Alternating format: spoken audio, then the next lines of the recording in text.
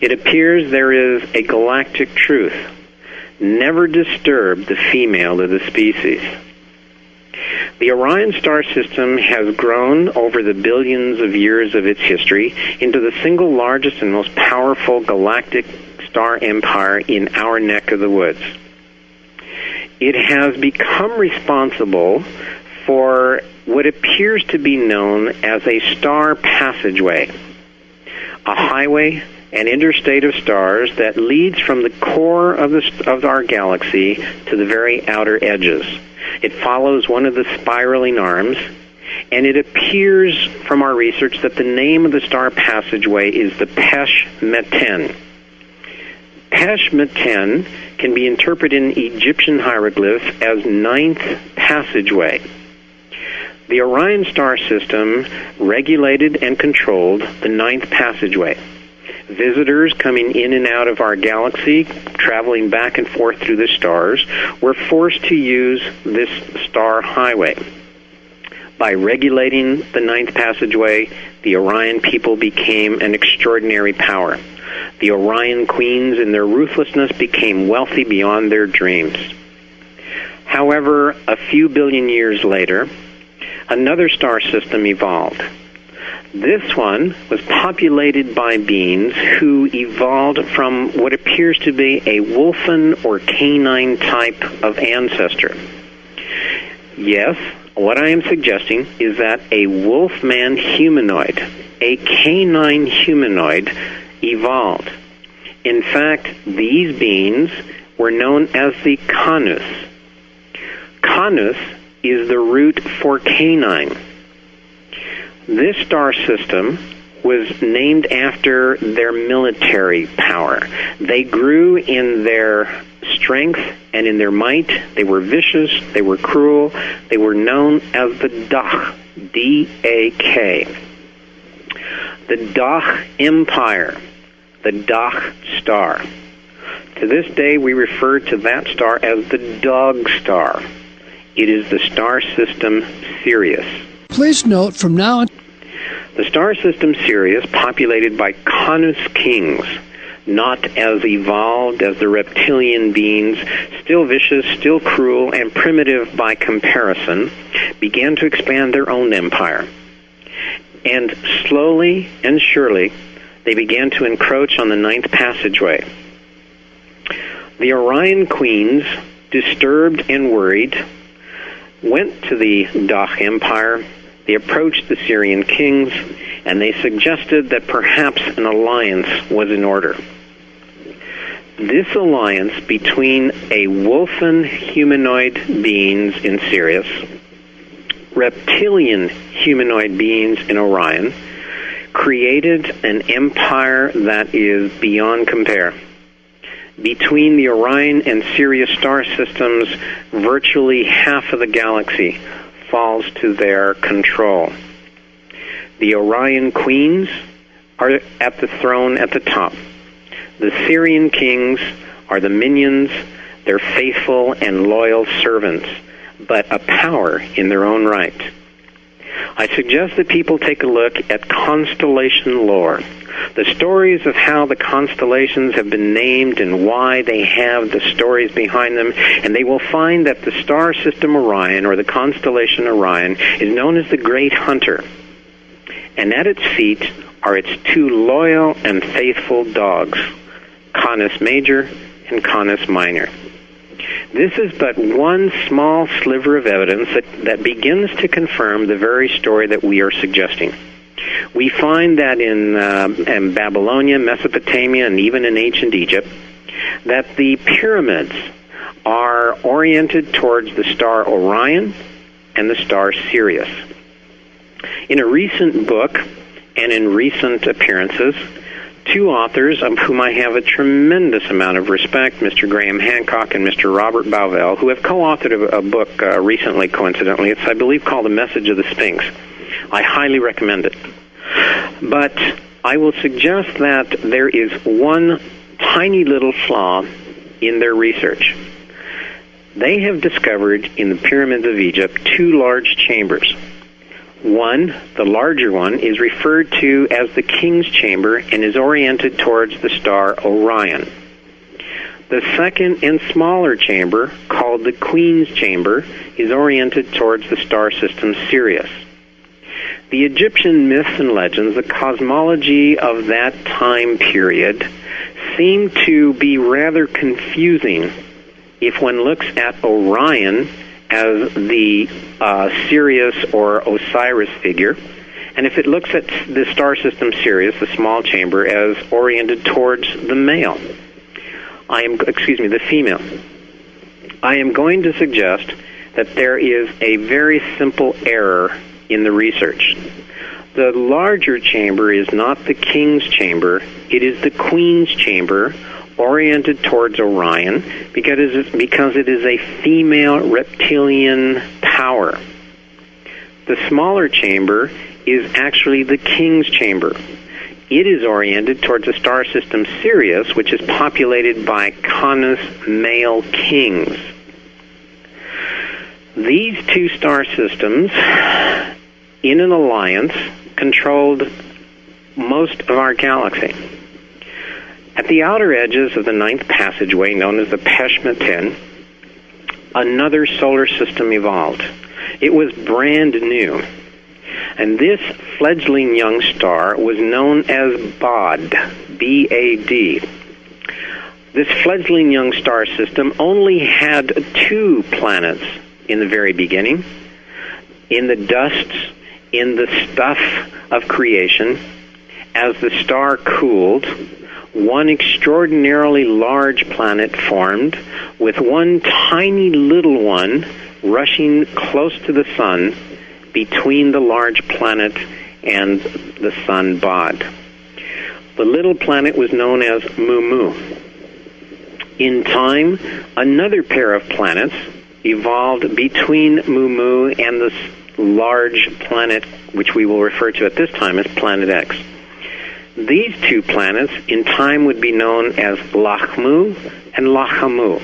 You can find this in the Babylonian creation epics. The names appear several times, but I will suggest to you that we today refer to Lachmu and Lachamu as Mars and Venus. Twin planets formed and followed not much later by another pair, 2 giants forming together, one which suffered tremendous chaos and a lot of disturbance, and it eventually lost some of its size, but in fact gained some rings.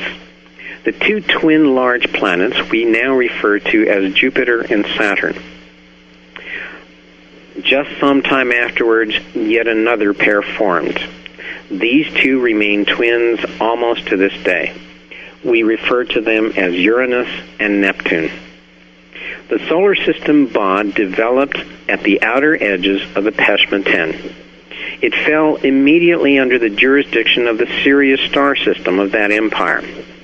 The Syrian king at that time decided to exploit this new solar system because new planets mean new resources, it means gold, it means diamonds, it means precious metals. And so he dispatched soldiers and settlers, volunteer technicians, to come and to exploit the solar system. In the solar system, colonies were built on the large planet known as Planet X, and on some of the moons, particularly of the largest planet, which we now call Jupiter. The purpose of the colonies was again to exploit the resources, to do the mining, to strip away the precious metals and return them to the star system Sirius. Once refined, the wealth could then be passed on to the Orion Queen. And in this way, the Syrian kings were able to keep the queen happy. Settlers from numerous planets on the star system Orion and the star system Sirius, those who wanted a new life, those who wanted to flee the system. Does the story sound familiar? Because it's played itself over hundreds of times, not just on our planet, but in the stars. Beings who were disappointed or frustrated with their institutions and their systems fled the Orion and the Sirius star systems, and they fled to the solar system known as Bod. They established colonies on the Red Sands planet and the White Sands planet. They established colonies on the moons of the large planet we now call Jupiter, and also on one planet known as Planet X. Planet X resided between Mars and Jupiter. The only thing that remains there now is debris, the asteroid belt. What happened to Tiamat? What happened to this planet? Well, as the solar system began to develop, the king of Sirius found himself in great difficulty in his own empire. I do not at this point want to get into the details. We have written about it extensively in the Terra papers, and I will refer you to those papers. However, the Syrian king, living in a canine empire, vicious, cruel, and cold-blooded, was forced to flee his own star system. He fled to the colony known as Bod, and he established a small empire on the planet known as Tiamat, Planet X. He made arrangements with the Queen of Orion, immediately bypassing his own star system. The court that had betrayed him, he completely ignored, went to the Queen, struck up an agreement, and he was able to buy his life. He was able to spend time on a faraway colony in a tiny little solar system only beginning to develop, as long as he provided precious metals for the Queen. The Syrian king who replaced him was extraordinarily upset. He wanted the end of this ex-Syrian king, and he and the families were constantly at war. The Syrian king who fled to the solar system Bod managed to live his life out in relative peace. But he was granted a grandson. His own son, who died in one of the Star Wars, one of the numerous battles, his son never saw the palace that was created on Planet X, but his grandson was raised in it. This young grandson, as soon as he became aware of who he was and who he was descended from, knowing that his place was in the heavens in the Sirius star system, became very upset. He found himself deprived of the throne of a star system that was a power second only to one. Disappointed, upset, he vowed revenge. His grandfather passed away, and he found himself in control of the new solar system. During the course of his upbringing, he enrolled in several institutions, learning institutions, in which he was able to master warfare in space, in the seas, and on land. This young man became a master, an overlord of the war technologies of the Syrian people. The single highest honor that can be afforded anyone of his caliber was Zu. It is the practice in many, many ancient societies from Egypt and beyond, that the king or the queen ascending to the throne would double his name. This implied great power. It is the same thing as if you were to say a big rock versus a big rock. This king of the solar system Bod, who was given the title Zu, took it to heart. And when he became king, he referred to himself as Zu. The palace in which he resided was known as Ambu. Now, this is a word you can look up in Egyptian hieroglyph dictionaries. I strongly recommend E.A. Wallace Budge. The word is Ambu, A-M-B-A-H-I-U. It literally means palace or gathering place. This palace was given the name of the grandfather who originally created the colony. It was called Al-Ambu. According to tradition, King Zuzu should have granted his name to the palace, replacing his grandfather's, but he refused to do so. And instead, he simply added his name at the end of the palace's name. Al-Ambu became known as Al-Ambu-Zu. In time, this young king, Zuzu, declared war against the kings of Sirius. Ladies and gentlemen, this is the beginning of a story that we all will recognize. Because what we have is a young king, a god in his own way, who is known as Zuzu or Zuz, who resided on Mount Alambuzu, Olympus. I strongly suggest that you read the Greek Theogony. It is a story in which the legends of King Zeus resided on Mount Olympus, and how he declared war against the olden gods of Othyris. Othyris is recognized in Egypt as Osiris. Osiris is an Egyptian word which means the star Sirius. I am going to suggest to you that if you take a look at the Theogony, you will find confirmation of this story, that once there was a king named Zeus who rebelled against the olden gods and created his own palace, his own empire, in a tiny little solar system known as Bod. And in the solar system Bod, we would later find planets known as Venus, Mars, Jupiter, Uranus, Neptune, and Saturn. Ladies and gentlemen, the stories about Zeus and Hera and Mount Olympus are true. In time, however, the Syrian king, the Orion queen, combined their forces, and they descended upon the solar system and this rebel king, and they destroyed his empire. They destroyed the planet on which he resided, Planet X, known as Tiamat. You can find this in the Babylonian creation epics. You can find this in numerous books. Again, I strongly recommend Mr. Sitchin's work, Zachariah Sitchin, and the 12th Planet, the Earth Chronicles. Tiamat, Planet X, the home of Mount Olympus, was totally and completely obliterated. All that remains in this day and age is the asteroid belt.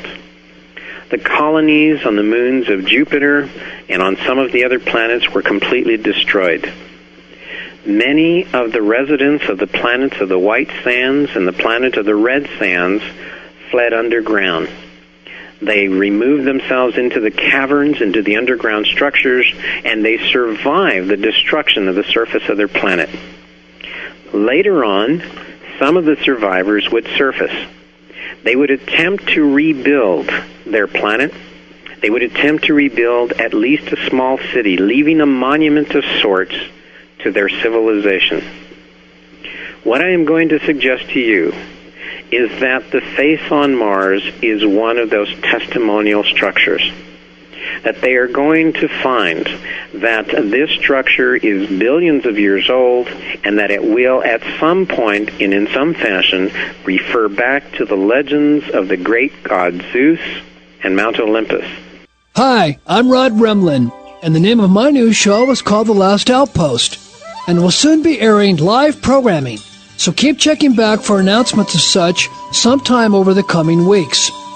Also, don't forget to call Water Oz at 800-547-2294 and let them know what you think of the reruns. And make sure you order a bottle or two of the many fine mineral water products they carry.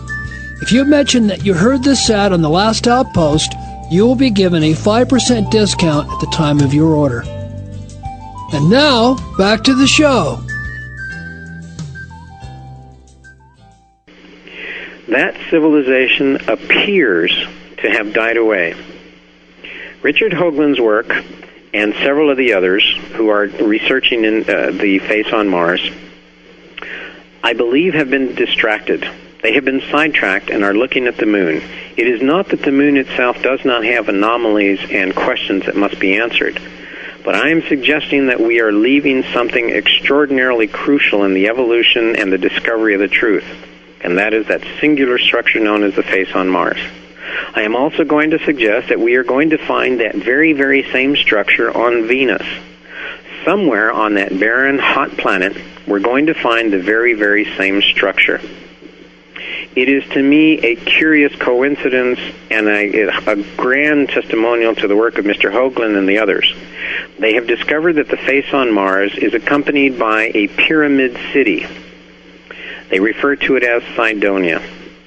They have also discovered that the floor plan of the pyramid and the city Cydonia match almost identically a tiny village in England known as Avebury, down to the moat, the structures, and the floor plan. This goes beyond coincidence.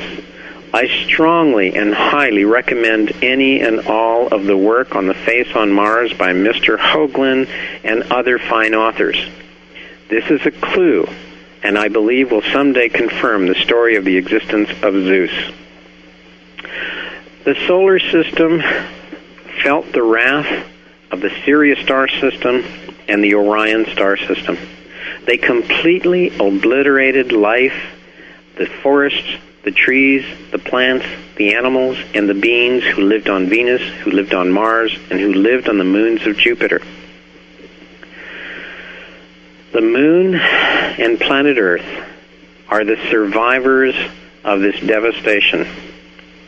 I recommend The 12th Planet and the Earth Chronicles by Mr. Sitchin, in which he very, very confidently proposes the scenario that the remnants of planet Tiamat were forced inward and caught in the third orbit known as planet Earth and the moon. It is a strong book. It is a very convincing book. I highly recommend his work.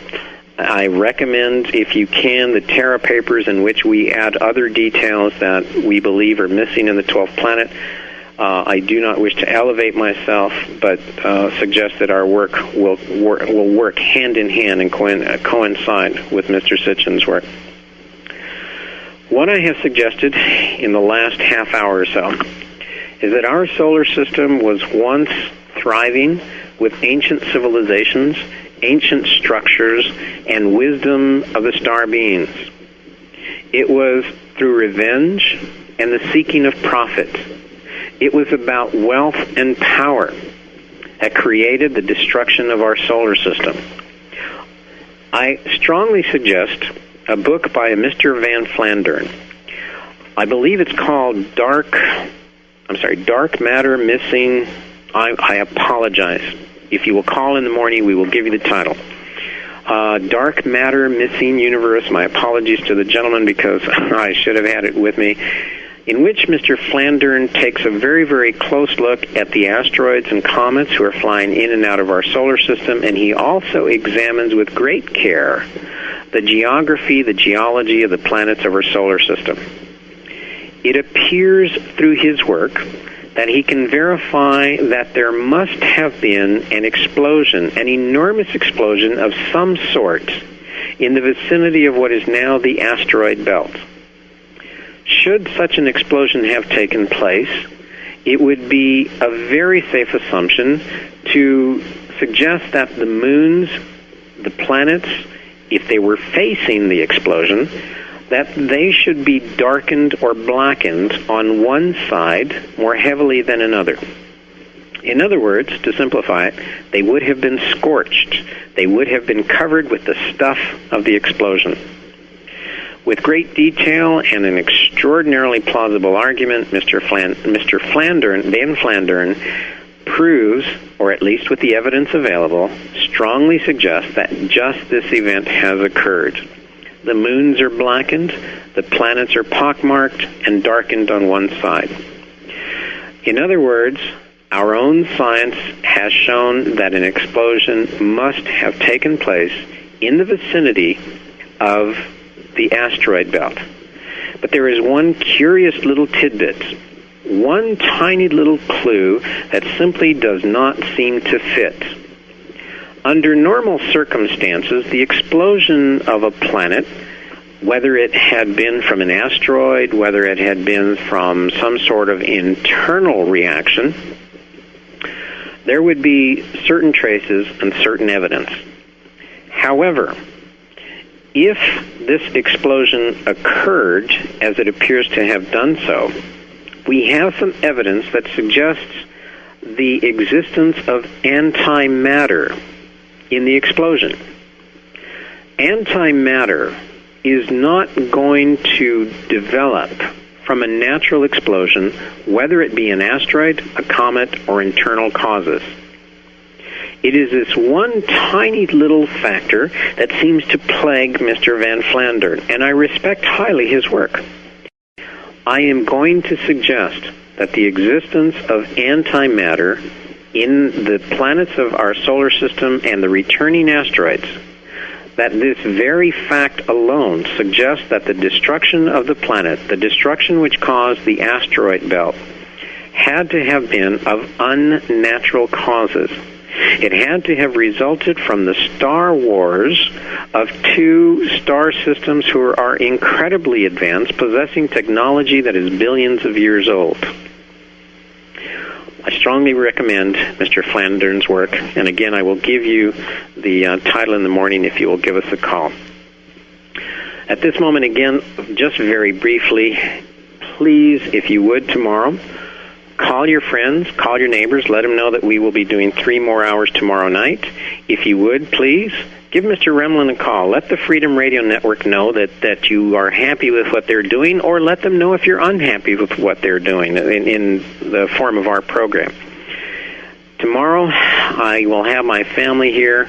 I encourage you, please, if you would help us in our research, if you would be interested in learning the hidden history of planet Earth, if you would like to know more about the Terra Papers, the story of the star being who crashed, and the Second Coming conspiracy, you can reach us at home. Our phone number is area code 602-404-8050. You can call us on this number. It is also a fax number. If you want to send us a fax tonight and request some information, we can pick up our faxes in the morning. If you enjoy this kind of research, if this kind of material intrigues you at the very least, even if it upsets you, please, I can only ask that you look at it with an open mind. Please take a look at what we are trying to say. We have been deceived. We have been manipulated. We have been cheated. I am going to suggest to you, for the remainder of this evening and tomorrow, that our lives and planet Earth have not been controlled by the institutions of man. They have not been in any way controlled by our religious institutions or our economic institutions. I am going to go out on a limb. I am going to risk your wrath and the loss of my credibility and suggest to you that we have been manipulated by extraterrestrials, star beings, the divinities, gods, whatever you want to call them. We have been controlled by beings who are extraterrestrial from the very inception of the experiment known as man. In the last hour, I would like to talk about the Bible, the creation of man, and how we came to be. But for the moment, let me finish out this hour by suggesting to you that I have created a scenario in which two star systems have evolved. They have, in turn, been responsible for the creation of our own solar system.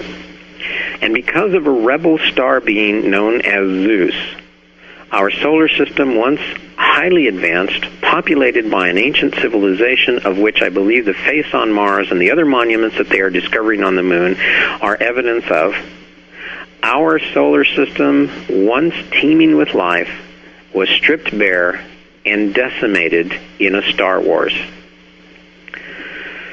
In time, the Syrian king, responsible for the destruction of the solar system, dispatched his eldest son, a Genesis scientist. Please note from now, an individual who had been trained to develop atmospheres, environments, to create new plant life, new animals, to recreate atmospheres so they become breathable. The Genesis scientist, young prince, is known as Prince Ea, and you can find him in all of our ancient myths as Prince Enki.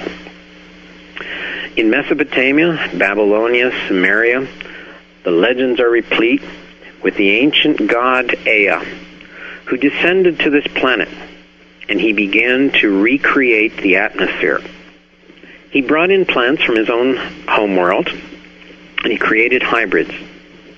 He took the remnants, the cells, the small organisms, and the tiny little animals who had survived the obliteration and decimation of the solar system, and he began to rework their evolution. He began to create the fishes, the plants, and the animals. The plants, in turn, gave out oxygen and took in the carbon dioxide. The healing rains came, and Prince Ea, the Genesis scientist, began to manipulate the environment. In time, this young prince was responsible for the recreation of planet Earth. Now, I'm going to digress for just a moment to give you a very, very quick linguistic breakdown, which I think may disturb some, but should be very revelatory to those with an open mind. In the most ancient of languages of mankind, in the Sumerian, the Babylonian, and even in the Egyptian, we find a very simple word, a little sound that represents creator, someone who brings life forth. This term is da or ta. The T and D are virtually interchangeable. It is a dental T, ta. The name given to the prince, the title given to the prince, was Da-Ea. Da-Ea literally meant the Genesis scientist, the creator Ea. It is this title that I suggest is the root for the names of most of the gods of mankind. Da-Ea is the root for Tao, Deus, Dios, Dios Pitar in Egypt, and on and on. Deus, Dios, Tao, comes from Da-Ea. And it is Da-Ea who created, or recreated, I should say, planet Earth. I am suggesting to you, and I'm sure that this is going to be upsetting, but the name Da-Ea Dios refers to a Genesis scientist, a star being who had the knowledge, who had the technology to recreate an atmosphere. Many of our scientists are working on exactly that same thing today. They are trying to work out a project in which they can create atmospheres on the moon, create atmospheres on Mars.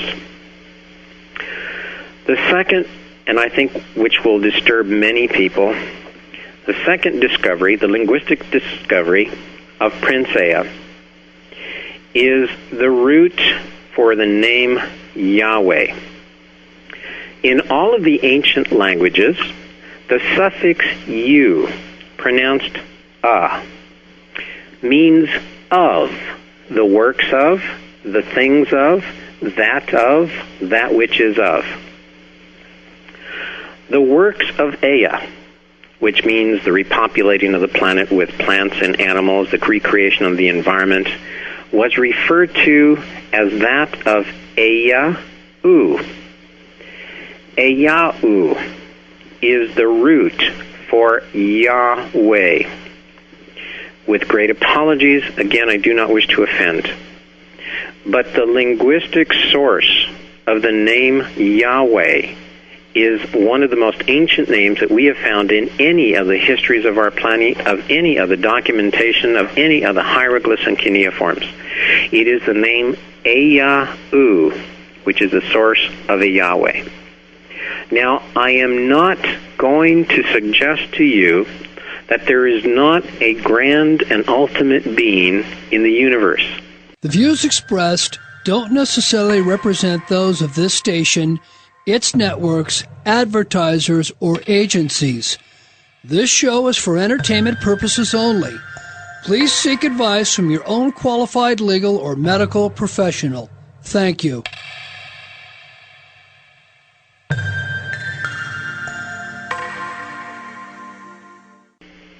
I am, however, going to suggest to you that the being responsible for the creation of our planet, responsible for the creation of the fish and the oceans and the environment, is a Genesis scientist, a star being known simply as Prince Ea.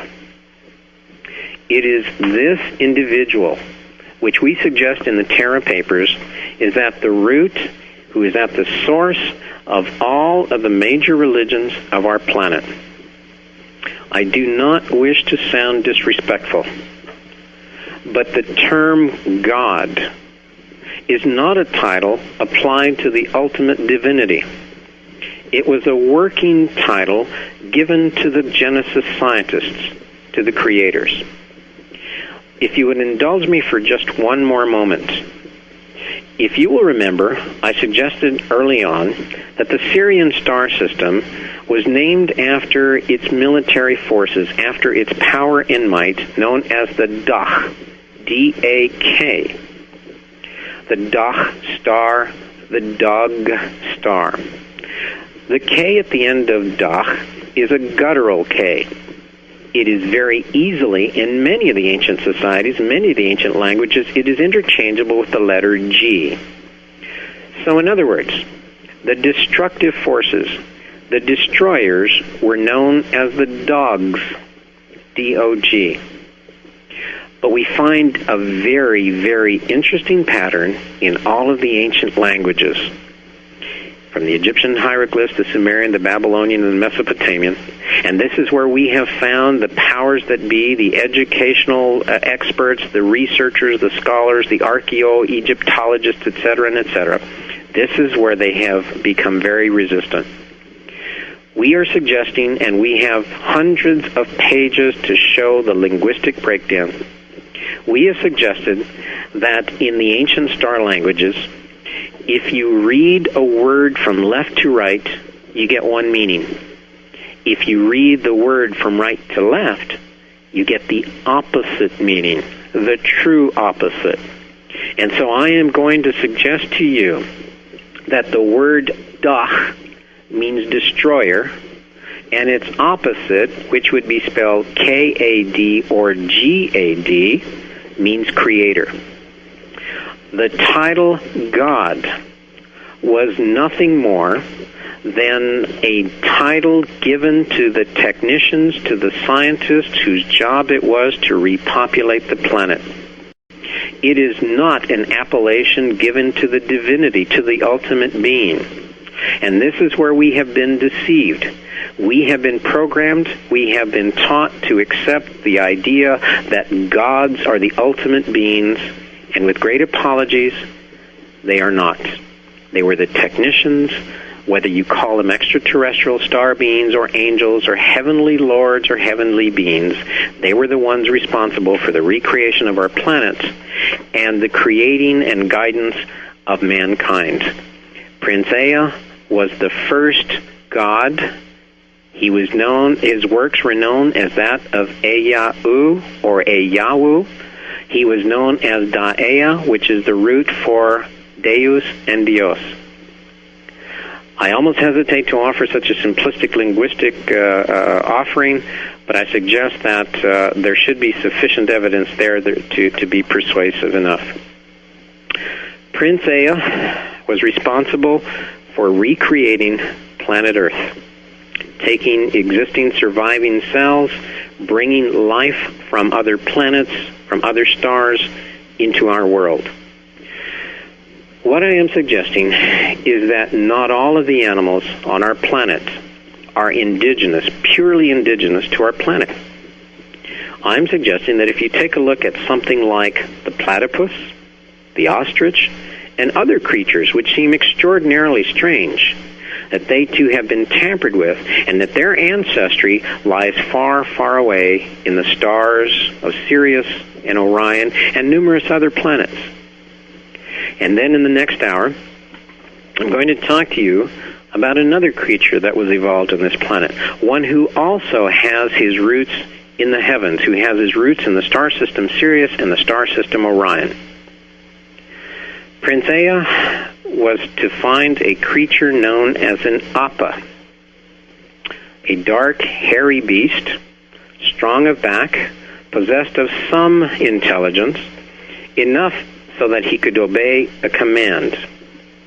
And he took the Appa, and he began to mix the DNA of star beings into its evolution.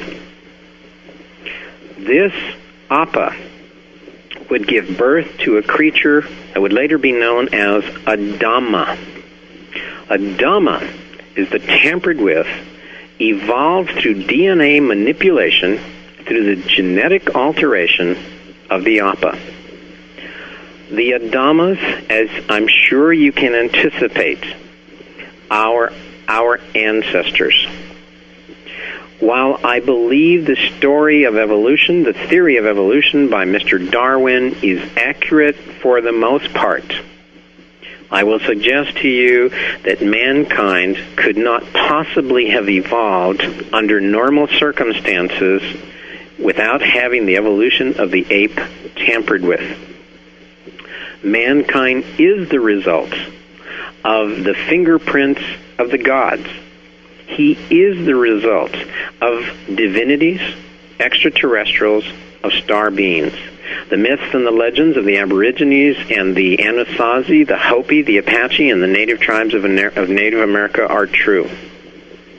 The stories in most of our religions about heavenly beings coming down and teaching mankind, tampering with, and creating us in their image are true.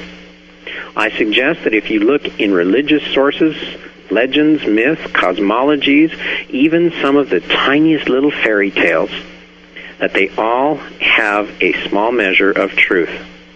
And for those of you who are out there who are believers in the unicorn, the centaur, the minotaur, and all those fabulous beasts, the phoenix and the griffin, I'm going to suggest to you that Prince Ea, the creator of this planet, the one who tampered with the DNA, also created those beings. Ladies and gentlemen, the unicorn is real. The centaur is real. I believe in the unicorn and its fabulous powers. Hi, I'm Rod Remlin, and the name of my new show is called The Last Outpost, and will soon be airing live programming, so keep checking back for announcements as such sometime over the coming weeks. Also, don't forget to call Water Oz at 800-547-2294 and let them know what you think of the reruns. And make sure you order a bottle or two of the many fine mineral water products they carry. If you mention that you heard this ad on The Last Outpost, you will be given a 5% discount at the time of your order. And now, back to the show. Thank you very much again, Rod. And ladies and gentlemen, thank you very much for the time. I hope that you have been able to at least have a few eye-opening moments that I hope some of it makes sense. I hope if it disturbs any that one understands, as I said at the very beginning of the program, that you not accept what I am saying. I am providing you with 30 years' worth of effort and research. My family thanks you, and if you would, please let Rod know if this is the kind of programming that you would like to hear. My thank yous to the Freedom Radio Network and Rod Remlin and Mr. Hinkson. I don't want to be remiss in recalling him. And for my sister Ivy, who got me started with the network, thank you very, very much to all of you. At the end of the last segment, I was suggesting that there was an individual, a star being who is known as Ea or Enki. Now, this is an individual that is very easily found in the earliest of creation myths, and you will see him numerous times in several works by several authors I highly recommend. Prince Ea, I am suggesting, was responsible for the recreation of planet Earth. During his experimentation and attempting to find hybrid plants that could survive and finding hybrid animals that could endure the harsh environment as well as an extraordinarily poisonous atmosphere. It is at this time that I need to point out that planet Earth, has an atmosphere that is approximately 80% nitrogen. Now, this is an inert gas. It is poisonous. Most star beings are unable to withstand it for any great lengths of time.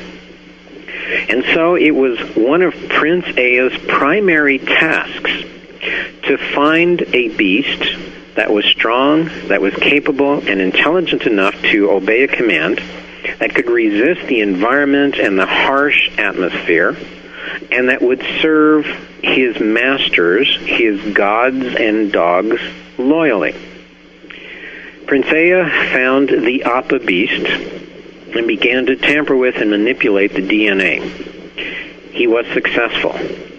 Now, I am abbreviating the story, but I'm going to suggest that in the Terra Papers, the person responsible, the actual hands-on creation of the beast known as Adama, and who would later be known as man, was Prince Ea's younger sister, who was in fact known as Nin-Hersag. I am suggesting to you that the original prototype, the first beast known as man, was actually created by a woman. I am Hopi and very proud. We call ourselves Hopitu. As I said at the very beginning of this evening's program, the Hopi believe that the creator of man was a woman. And our research bears this out. Again, allow me to recommend The 12th Planet by Zecharia Sitchin, in which he outlines the very, very same thing in his works, and Graham Hancock and others. The prototype man was created by a female, but the responsibility for the entire project fell to Ea. The beast was extraordinarily successful in his labors. Originally, the beast was often referred to as Lulu. Lulu meant one who has to be watched over constantly. There was an unpredictability factor in the Appa beast. Though it was loyal, though it was faithful, it was still a beast. There were moments in which there were outbursts of violence and passion. The beast had to be watched over constantly. It was called Lulu, the slave. I am proposing to you that the beast called man was originally created to serve the gods, to serve the star beings faithfully and loyally, in extracting the precious metals from the bowels of earth, in working the fields, and in creating a new life form which provided a profit. In other words, this was a business. The commands that were issued to the beast were very simple. You will obey, you will follow the word of the gods. The beast, with its minimal intelligence, understood minimally some of the concepts presented to him. Yes, beast, you are created in our image. You have our DNA. We have manipulated you genetically, and and the beast, not knowing any better, simply remembered, we are created in the image of the gods. That opening statement in the Bible, which perplexes so many scholars, is absolutely accurate. We were created in their image. In time, Prince Ea, having recreated the planet and controlling and creating a paradise, in time he was replaced. His father was very concerned because Prince Ea spent too much time in the agricultural biological center he had created. It was a wonderful garden. New plants, new beasts, new birds, new fishes. It was an extraordinary experiment in the creating of hybrids. But Prince Ea, being a scientist and pursuing with passion this experiment called life, was spending too much time in the garden.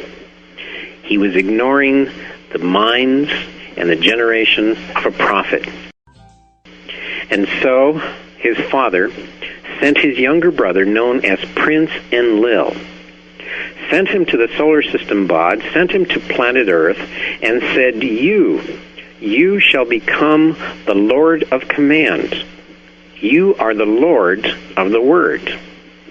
Prince Ea, you shall remain, and you will continue to repopulate the planet with beasts and plants. You shall continue to recreate the environment on this world, and you shall be known as the Lord of Creation. And so what we have, ladies and gentlemen, are two brothers, the Lord of the Word and the Lord of creation vying for dominion over the planet. Now, the Lord of the Word, Enlil, I'm going to jokingly refer to him as an accountant. He was the type that would have gone to Yale and Harvard. He had a master's in banking, accounting, and business principles. And when he took over control of the mines, he began to work the beasts unmercilessly. He began to work them until they dropped. Because, in fact, it was just an experiment. It was just a beast. It was a hybrid created to do nothing more than work. It had no awareness. It had no soul. It had no mind. Now, please, before you get upset, I did say that in the early stages, the beast had no soul. I did not say that it did not acquire one. In the early stages, the beast was worked in the fields and the mines until it dropped. The Lord of the Word did not care. It was a test tube experiment. It was expendable. And then began the conflict between the Lord of the Word and the Lord of creation. The Lord of creation was trying to create life for the sake of life itself. What if you created life and allowed it to seek its own destiny? What if you created life and gave it tools, gave it wisdom, gave it knowledge, gave it everything necessary to, one, conceive of a goal, and two, to achieve it? What a wondrous experiment that would be. Now, we have to take a look at Prince Ea's situation, because he had grown up in the Sirius star system that had an institutional system that was billions of years old. It, in fact, accounted to the Orion star system. The Orion star system had institutions and systems that were billions of years even older. In other words, I am suggesting to you that the systems, the institutions that are here on Earth did not begin and naturally evolve from man, that they were placed here by extraterrestrials, by star beings, by divinities, by whatever one wishes to call them. I suggest to you that some of those institutions that we are burdened with, which absolutely make no sense, would not have naturally have evolved of man. I do not believe that some of the craziness that we are saddled with could naturally have occurred. They have been forced on us. Prince Ea, saddled with institutions and systems for hundreds of thousands of years, was trying to create an experiment with free will and free achieving of one's own destiny. The Lord of the Word was destroying the experiment. Prince Ea, in an attempt to free the beast, Prince Ea protested and was promptly removed from his command. No longer was the Lord of creation the ultimate dominion over the beast. No, now it was passed on to the Lord of the Word. And the Lord of the Word used the beast until it dropped. The Lord of creation, Prince Ea, fled to Africa. And there he began his experiment anew. This experiment started about 2 million years ago. And he tried to once again create a new Adama, a new beast, with a little more intelligence, a little more awareness, and being a little bit more perceptive. In time, however, the experiment known as Adama, Prince Ea could no longer stand the abuse. He could no longer stand the outright ruthlessness with which the Lord of the Command, the Lord of the Word, was dealing with the animal, with the beast. And so, on one given evening, a very fateful night, the Lord of creation, Prince Ea, snuck into the garden that he had once had dominion over. And there he found a beast. And he took the beast aside, and he gave him the knowledge of knowing each other. And he taught one male what he could enjoy with the female. And you have to understand that prior to this time, All matings, all unions of the beasts were absolutely controlled by the gods, by the technicians, by Lord Ea himself at some point. In order to get the appropriate offspring, one had to have the right male with the right female. All matings were controlled. All matings were scheduled. No deviation would be permitted or the experiment would be ruined. Prince Ea, the Genesis scientist, wore on his sleeve the logo of all the Genesis scientists. It was 2 intertwining strands of DNA. The primitive beast who looked at this DNA strands on the sleeve of all of the technicians, but especially on the sleeve of Prince Ea, the lord of all the Genesis scientists, the beast looked at those intertwining strands of DNA and he saw snakes. In fact, the 2 intertwining serpents have given birth to the caduceus, the symbol that the medical field uses even to this day. 2 intertwining serpents, 2 snakes.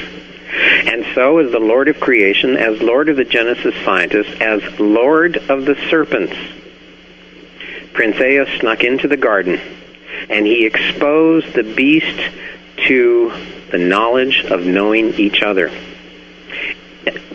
And the beast, for one moment in its miserable and wretched life, could be as the gods.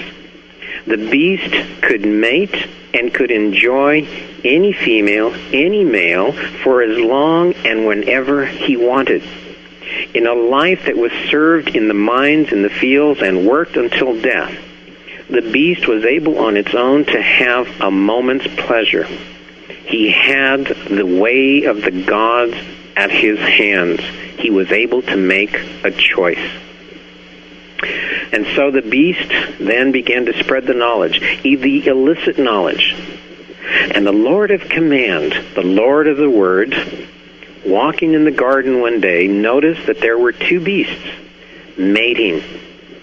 The ultimate sin, the blasphemy, the sacrilege, the ruining of the experiments. Who knows what kind of offspring would be born of an uncontrolled, unscheduled, unsupervised mating. And so he immediately had the offending beast thrown out of the garden. He discovered that in fact there were other beasts who were enjoying the knowledge of the gods, the wisdom of the gods, the ability to have pleasure at any moment. And they were tossed out of the garden.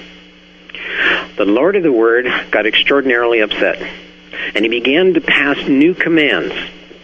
The first edict that he issued was that his brother, the Lord of creation, would henceforth never be allowed in the garden, and that anything and everything that was attributed to him would be considered to be evil. Prince Ea, in breaking the very backbone of the rules of the system, by destroying the breeding experiments, personified evil. In the Sirian and the Orion star systems, that which has the greatest evil, the greatest connotation of evil, is that which was anti-system. Prince Ea personified the worst, the most heinous crime that one could commit. Da-Ea, known also as Lord. Lord in all ancient languages was Baal. Da-Ea Baal became the personification of evil.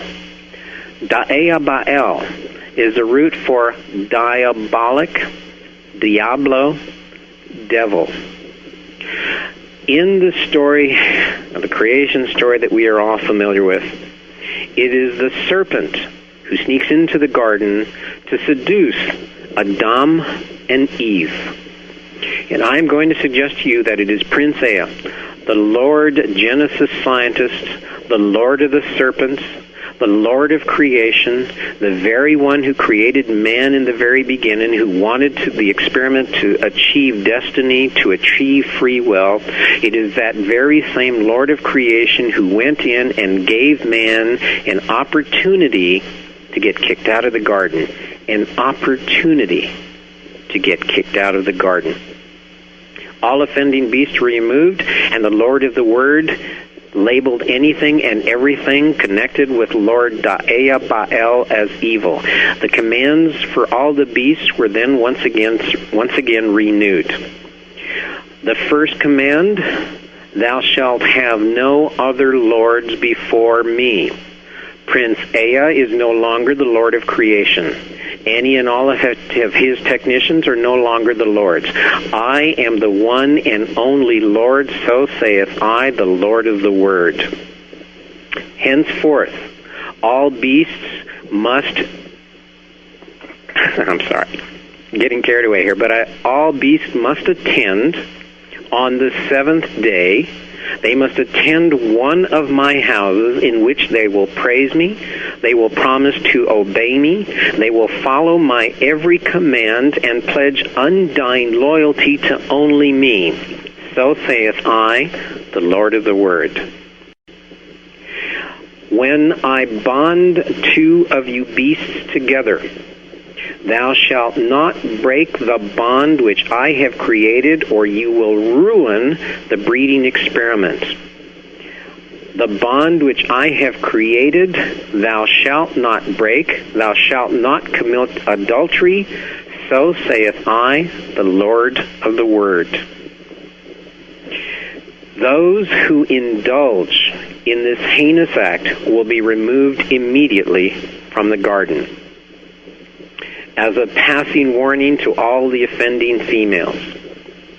Once, when they were treated and cared for in the nursing centers, where they were put in immersion tanks and they did not have to suffer the pains of birthing, now the offending females were kicked out of the garden, and they would have to suffer the pains of childbirth without the technological and medical help. That is the curse that I place upon you, so saith I, the Lord of the Word.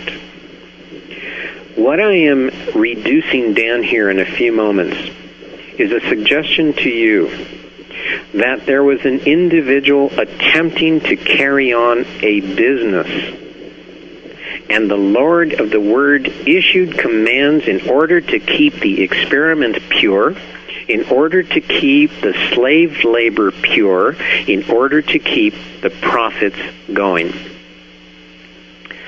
Prince Ea, now the personification of evil, the Lord of the Serpents, found in the rejected beasts a boon, an opportunity. He protested to his sister, who argued with him. She said, "Leave them be. You will get in more trouble." How much more trouble can I be in, sister? And look at these beasts. They're rejects. Nobody wants them. They are totally ruined. I can work with them. What if life could achieve its own destiny? What if we gave this beast the opportunity to dream and gave him the tools and the knowledge to achieve his own destiny? What would happen if life could simply have free will? In a system in Orion, in the system in Sirius, that is unheard of. And the sister warned him, you are looking for the most evil, the most horrendous concept that our star system can imagine. Father, the Lord of the Word, the Orion Queen, will not permit it. And so, Prince Ea took in hand the rejects, the unworthy, the tainted, the beast who enjoyed mating, and he began to work with them. He gave them the knowledge of how to survive out in the wilderness. He showed them how to make fire and how to create shelters. But the way in the wilderness was difficult, and many of the beasts could not handle the terror of the jungle. They could not handle the horror of the beasts in the wilderness. Many of the beasts wanted to return to the garden. The Lord of the Word was waiting for them. And the Lord of the Word said, if you want to come back into my garden, you must obey all of my new commands. Thou shalt have no other Lord before me. Thou shalt attend my house every seventh day and pledge allegiance and loyalty to only me. Thou shalt not, thou shalt not, thou shalt not. And then and only then will you be redeemed. Redemption lies in accepting only me. So saith I, the Lord of the Word. And many of the beasts did return to the fold. And many of the beasts found they would prefer the independence, the opportunity to enjoy pleasure, and to revel in being a reject. For at least in being kicked out of the system, they had an opportunity to grow and to develop free will. Some of the beasts were taken aside, and they were taught the secrets of the serpent. They attended the mystery schools. They were hidden away in the caves. And from the caves emerged teachers. Special beasts who had the ability to remember, who had the ability to repeat the stories of Prince Ea with a certain degree of faithfulness. Now the term Su, S-U, is the diminutive of the word Zu. If you remember earlier, we were talking about Lord Zu, the master and the overlord. The diminutive of master and overlord is teacher or master, Su. The teachers of the Lord of the Serpent, those who went out and began to work with the other rejected Dhammas, they were known as the Ea Su. I am going to suggest to you tomorrow night that there was an extraordinarily famous Ea Su who knew of the mysteries of the serpent, who knew the true story, who knew that the institution and the system did not care about the beast, did not care about the rejects, but in fact concerned itself with only one thing, the perpetuation of the system and its profits. This very famous Ea Su, thousands of years later, would be referred to as Iesu. Iesu is a name in Greek that we now refer to as Jesus. I am going to suggest to you, ladies and gentlemen, that Jesus, Iesu, was a teacher of righteousness, one who knew the truth, knew the secrets of the creation of man, knew the secrets of the institution, and knew that free will was the purpose of the experiment, the purpose in mind of the creator Da'eya, free will and destiny. But the institution and the systems brought on planet Earth would simply not permit it. The story of Iesu, the Ea Su, his marriage, his crucifixion, and his purpose in life we'll discuss tomorrow night. I thank you at this point again for allowing me to be with you. I hope that some of this has at the very least been interesting. I hope some of it has made sense. I again invite you tomorrow to call Mr. Remlin, call the network, let them know whether or not you like the program. If you could, please, we are asking for assistance in our research. We have 4 books we would like to make available to you. One book is the story of the Star Elder, the warrior who crashed, who fell from the skies. Terra 1 and Terra 2, probably the core of our work, which is the hidden history of mankind. It's this story that I have just been repeating to you. We have another book called Terra Prophecy. We will talk about that one tomorrow. It's about crop circles, petroglyphs, and the fulfillment of prophecies that are happening in this year. And then finally, the Second Coming Conspiracy, in which I suggest the powers that be, the secret powers behind the secret societies. We'll talk about them also tomorrow. If you would, please call Rod, call my family in the morning. We'd be more than happy to provide you with the reading list, information on our books, up-and-coming trips where we take people out into the Starlands. Our phone number is area code 602-404-8050. I cannot begin to thank Rod, the network, Ivy West, and several of you out there who have supported us in the past. Thank you very much. And if this is intriguing, ladies and gentlemen, you're going to love tomorrow night, because tomorrow night we're going to get into the Kennedy assassination, crop circles, prophecies, Mars, the Aryan takeover, the Santilli tape, Roswell incident, chupacabras, and on and on. For now, I'd like to continue here in the last half hour and suggest to you that we have been manipulated and deceived from the very inception.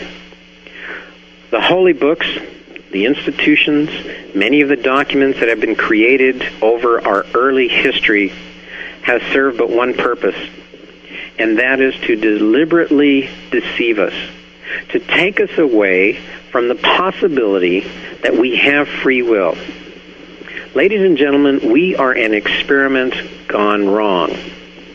I am sure many of you probably feel as if you're a reject. You wonder, where did I come from? How did I end up on this planet? How did I get here? I filled out the application properly and I ended up here. I am sure most of you know in your hearts there's something wrong here. I truly believe we all want to believe in the churches and the institutions. We really do. But somehow the powers that be have perverted it for whatever reason. I am suggesting that it is an extraterrestrial source. I am suggesting that it is an angelic, divine, godly, whatever word you choose to pick. It is a star being intervention. We are an experiment in free will. We are rejects. I suggest that hardwired into your DNA is an anti-system gene. I suggest that you would prefer to enjoy a day in the park. I would suggest you would prefer to be with your mate. I would suggest that you would prefer physical pleasures, enjoying a game, or simply taking a nap rather than going to work, paying taxes, and supporting individuals who seem not to know what life is about. I am suggesting to you that you have a renegade gene in your DNA. In the Terra Papers, we detail how Prince Ea actually tampered with your genetic makeup in order to make sure that you would not return to the system. There was only one way in which he could prevent the reject beasts, the Eyasu, from going back and falling to the system once again. I will leave that to the Terra Papers and hope that we have piqued your curiosity and that you'll at least be interested in getting a copy. I would like to leave you here in the last few minutes with probably the greatest travesty, the most horrendous epic in our history. Because over the course of time, amends were made between the Lord of creation and the Lord of the Word. They were brothers. They made up, and they once again began to work together on planet Earth. It was the Lord of the Word that was responsible for the flood. It was his effort to destroy the beast. He was truly attempting to eliminate this troublesome, worrisome reject. But it didn't work. They worked together in time, and they both had families. The eldest son of Prince Ea, of Enki, was known as Marduk. Another name in all of the ancient societies, again in Mesopotamia, Babylonia, in Egypt. I highly recommend Mr. Hancock's work, Zachariah Sitchin's works, and others, in which you will find very brief histories of Marduk, otherwise known as Ra. Ra is a figure that was made very popular recently in a movie called Stargate. He was the eldest son of Prince Ea. Ra Marduk found himself on planet Earth, deprived of the kingship of the system known as Sirius. In essence, we are replicating exactly what occurred millions of years earlier with a young king named Zeus. Marduk would never ascend to the throne. And so his story is long and varied, but in time he found an ally in the stars.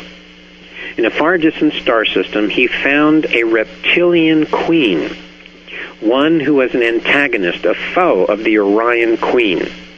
I refer to her as the Rebel Queen. This Rebel Queen, frustrated of the throne of Orion, sided with Ra. And between the two of them, they descended upon Earth. They removed all of the Syrian royal family, allowed only those who would pledge their allegiance to Ra to remain on planet Earth. We have evidence to show that Ra changed the stelae, He changed the stone inscriptions. He changed the records, and he made himself the one and only God. Now, I will leave you with probably the most outrageous thought of the evening, as if that were possible. The reptilian technology utilized by the Queens of Orion was very simple.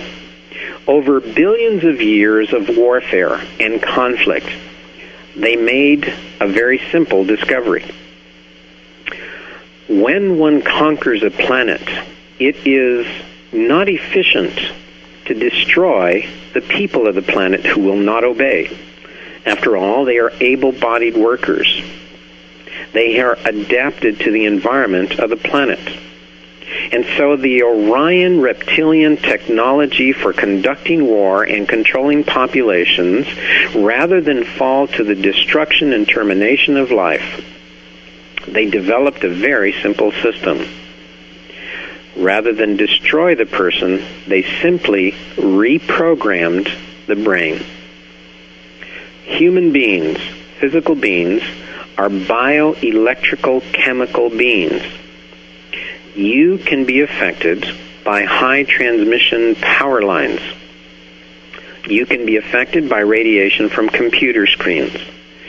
You can be affected by electronic stimuli. The Orion Queens have mastered the technology which allows them to sever memories and to simply reprogram the individual. The Rebel Queen, possessed of the very same technology, in alliance with Ra, descended upon planet Earth, and they began the very systematic and simple ritual of reprogramming the minds of all of the inhabitants of our planet.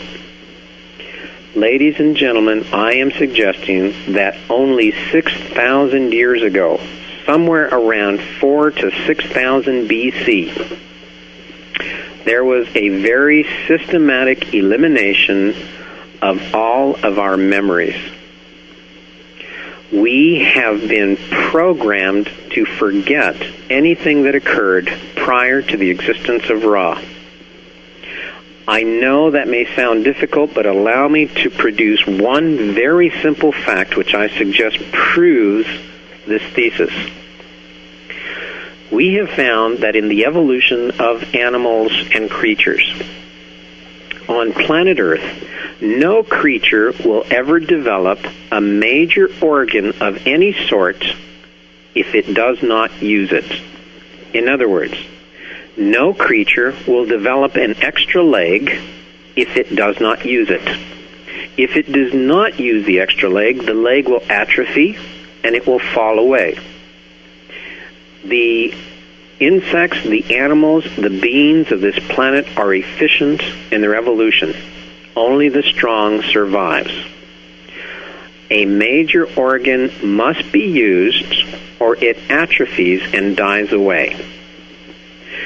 Scientists, scholars, physiologists, doctors, experts in many fields all agree on one simple fact about the human brain. It appears that we use less than 10% of the brain. How is that possible? If 90% of the human brain is unused, over the course of millions of years, it would atrophy and die away. I am suggesting to you that this is evidence that we have been reprogrammed. It is only a few thousand years ago that this occurred. Time has not elapsed sufficient to atrophy the brain. However, we use less than 10% of the brain. Something or someone somehow has disconnected us from our brain. I am suggesting to you that over the course of the systematic elimination of our memories, each one of us was marched down a long, dark tunnel, taken into a bright light, And there in the light was the operating room in which the memory cords were severed. We emerged faithful and loyal servants, remembering nothing before the existence of Ra, nothing before the existence of the one true Sun God. The only thing that we were left with is a lingering memory of a long, dark tunnel and a light at the end. I leave you with probably the most blasphemous thought of the evening. I believe that we are programmed to go to the light. I believe that every religion, every discipline, everything that we are taught tells us, go to the light. And I'm going to leave you with this thought. I am going to suggest to you that our research says, don't go to the light. When we shed the mortal coils, when you get to the tunnel and you face the light, may I make the suggestion, turn around. Look out into the universe, because we have been deceived once again. The truth is, we should go to our own light, because out there somewhere, and at this point we don't have the time to pursue it, but somewhere out there is your light. We have been taught and programmed to go to the light. With the greatest of respect to all of the religions and all of the teachers and everyone out there, do not go to the light. Turn around. Seek your own light. That is the trap. Because in the light, you will be reprogrammed, you will forget, and you are going to come back to this planet. You're going to be put back into the labor force. I suggest that many of you have past memories. The concept of past lives is absolutely accurate. I suggest to you that there is a true light within each one of us. And every time we shed the mortal coil, every time we go through another life, we are taken into the light, and there we are reprogrammed. And it's the same as if you were to take a cassette with your song, and they put it into their own recorder, and they record over their own song. And every time you go to the light, another song is recorded over it, until you have layers and layers and layers of their song. And I suggest to you that most of us are frustrated because we know we're different. We know there's something wrong with the system. We know this isn't true. So with great respect, do not go to the light. Go to your light. And if, ladies and gentlemen, I am wrong, turn around and go into the light. For if there is a benevolent being out there, as is portrayed in the book, then he will not begrudge you one tiny little look back.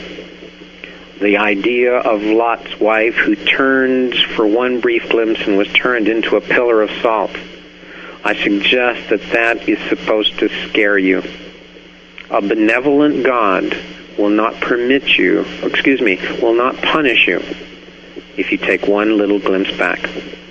I would like to think that I am wrong, but the research seems to lead us in a different direction.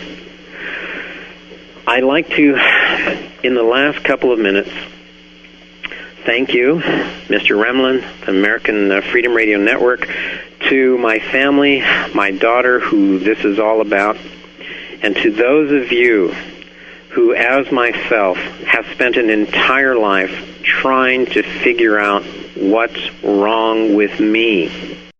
Ladies and gentlemen, there isn't anything wrong with us. There's something wrong with the system. I believe that there are many, many well-intentioned, loyal, passionate renegades serving in the system, trying to make a difference, and I will not take away from their efforts. I firmly believe that the system which we are burdened with, if you make a difference, it's going to be for a very short time.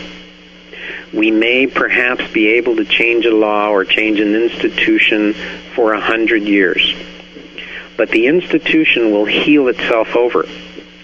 It will take what you have worked for and turn it into something else.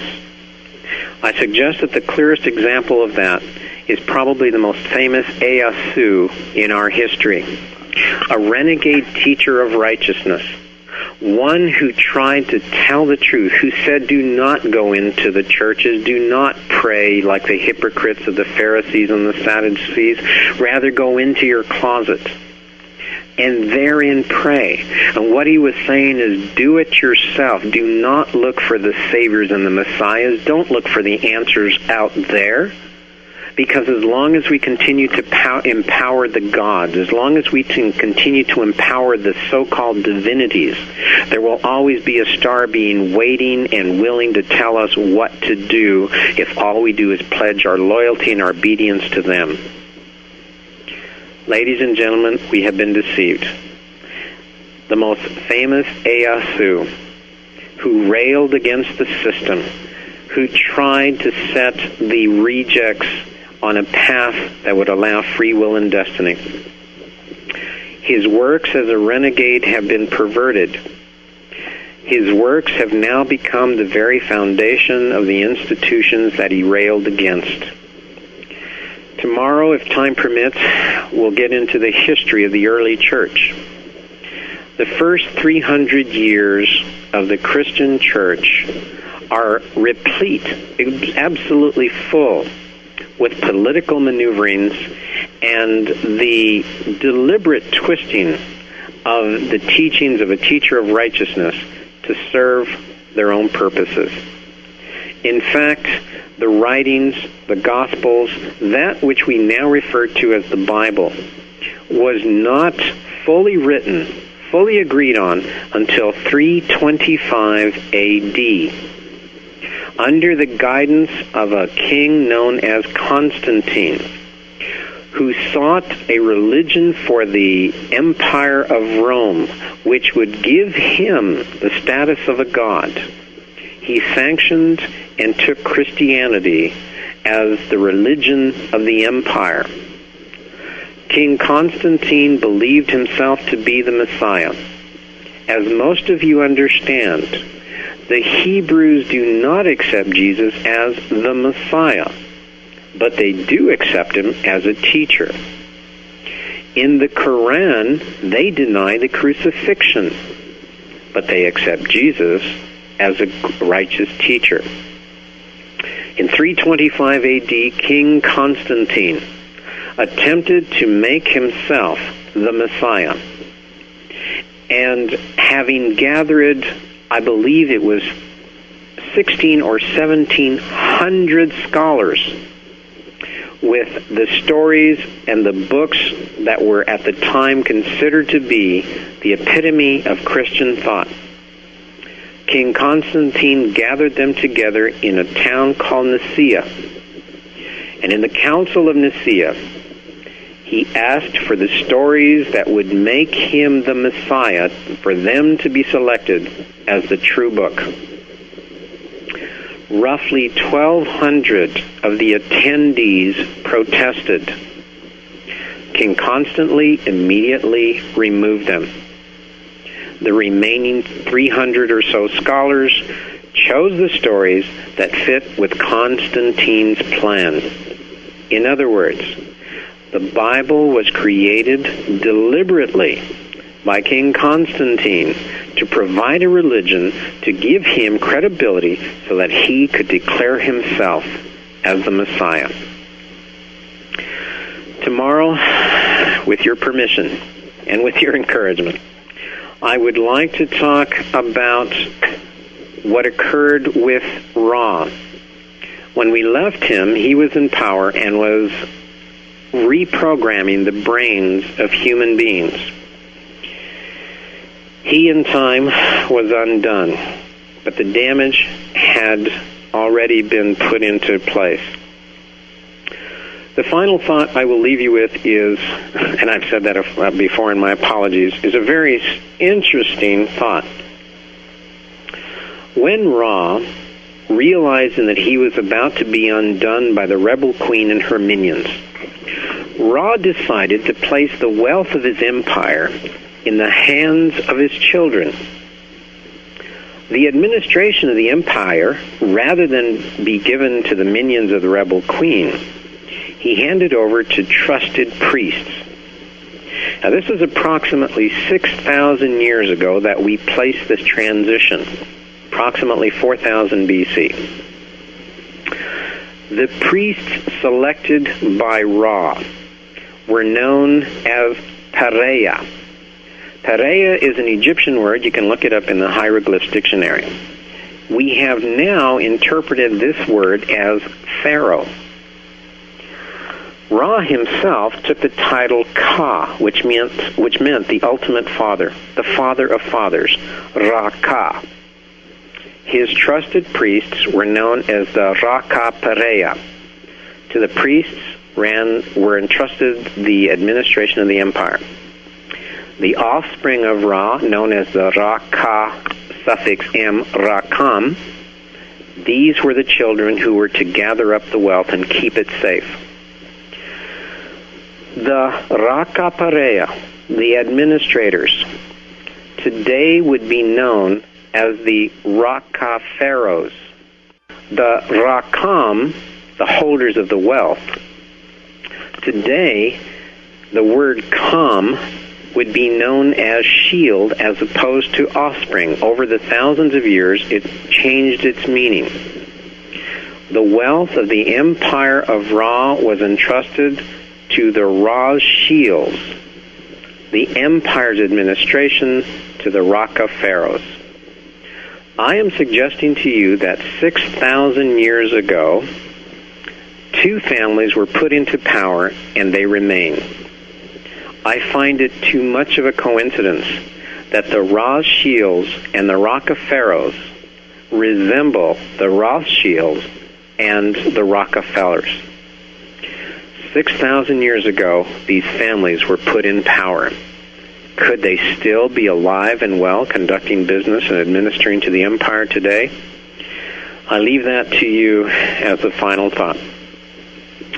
I'd like to, in the last few minutes, dedicate this to my daughter, Damien Storm, to my wife, Sue, to my family, Kat, Catherine, Karen, Richard, Mike, and all the rest of you who have assisted me, Ivy West, Rod Remlin, Sherry, Debbie, Becca, all of you who have assisted us, thank you very, very much. To you listeners, my apologies if I have offended. I have only hoped to present research which will open the mind. I believe most faiths preach tolerance. I would ask you to tolerate, but not accept what I have presented. I offer documentation on everything that I have presented. I offer other sources and other books. Some of you will reject it, and thank you very much for your time. Some of you will be interested, and I again invite you to give us a call. Please call Rod, call my family. We will be waiting for you tomorrow. Our phone number is area code 602-404-8050. Please let Mr. Rumlin know how you feel about the program. In the last few minutes, the Star Elder Papers, the story of the 6 young men who have rescued the star being and how through them the inspiration for this work began. Terra Prophecy, which we will discuss tomorrow. The fulfillment of Hopi prophecies, Aboriginal prophecies, Egyptian stories, how crop circles and petroglyphs are telling us the very, very same thing, how the comet Hale-Bopp and Hyakutake have absolutely fulfilled the prophecies. The quickening is upon us. The day of the second coming is about to occur. The last book is called The Second Coming Conspiracy. The circumstances under which we wrote it were extreme. It occurred less than 2 months ago, and on June the 6th of this month, after submitting that report to a source in Europe, I was hit by a hit-and-run driver. I believe it was a warning. I would like to think otherwise. This is perhaps the most controversial book that we have written. We suggest that a second coming is being planned. We suggest that the powers behind the secret societies and an extraterrestrial source are planning for the coming of a Messiah. But I also suggest to you that we best be aware, because it is not the true divinity who is returning. Without betraying tomorrow night's program, I do suggest that the divinity, the star being who is responsible for part of the experiment, is coming back. And the arrival time, 2011.